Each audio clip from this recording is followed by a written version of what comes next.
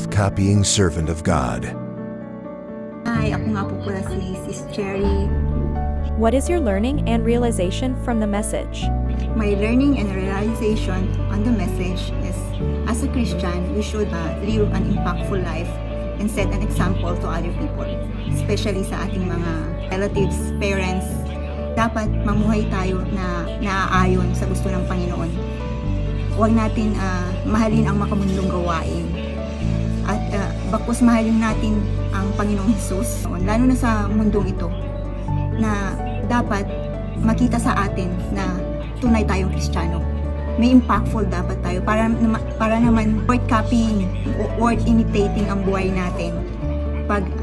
Maging worth testimony siya sa other people.